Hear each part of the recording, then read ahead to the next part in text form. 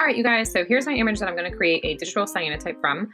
I have used a white piece of computer paper and some found leaves from my yard and created an interesting arrangement on the paper. I have photographed it using my phone, and a tip for when you photograph it is try to get the exposure as close to correct as you can in phone so that when you go to edit in here, you don't have as much to do, so that your whites are truly white and the other colors are already balanced.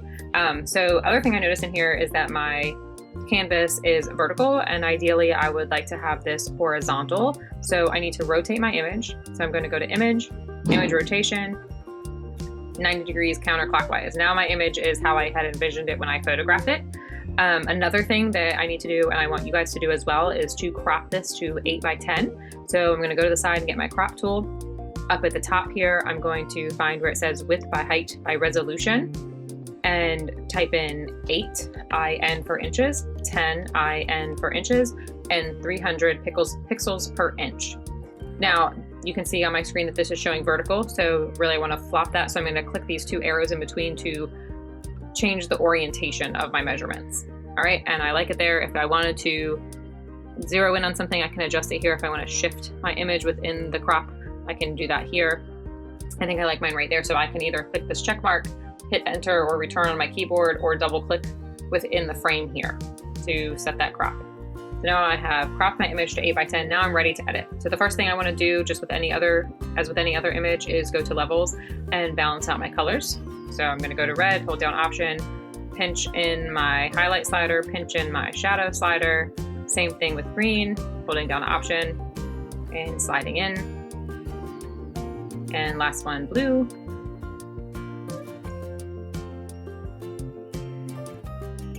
Okay, now I've balanced out my colors. Now comes the challenge of making this look like a cyanotype. So I have screen captured a scan of one of Anna Atkins' cyanotypes, and this is the look that I'm going for. So this rich blue background and then the crisp white of the leaves. So when I go back to mine, I've already got my crisp white, except I need that to be a crisp blue. So right away, I know that I need to invert my image. So I'm going to go to layer adjustments, invert. So now I've achieved that. So I've got a darker background and then lighter leaves. Now I'm going to go to Hue and Saturation.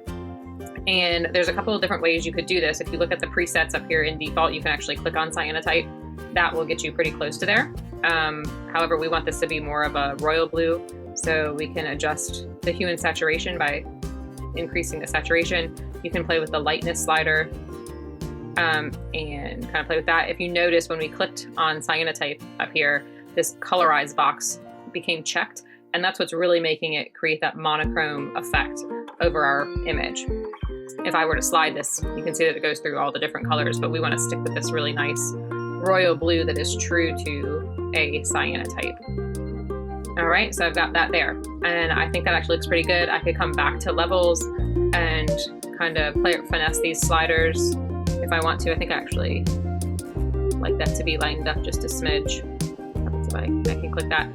These sliders, I do a little bit, so I might be able to darken that up a little bit, create some contrast between my blues and whites. I don't want to go too far. That sort of loses that effect.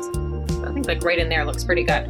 So there is my cyanotype. Of course, this is Photoshop, and there's more than one way to achieve a similar look. So you are welcome to follow along with this tutorial, or if you can create another way or discover another way to make a cyanotype, please do that. All right, happy editing. Bye.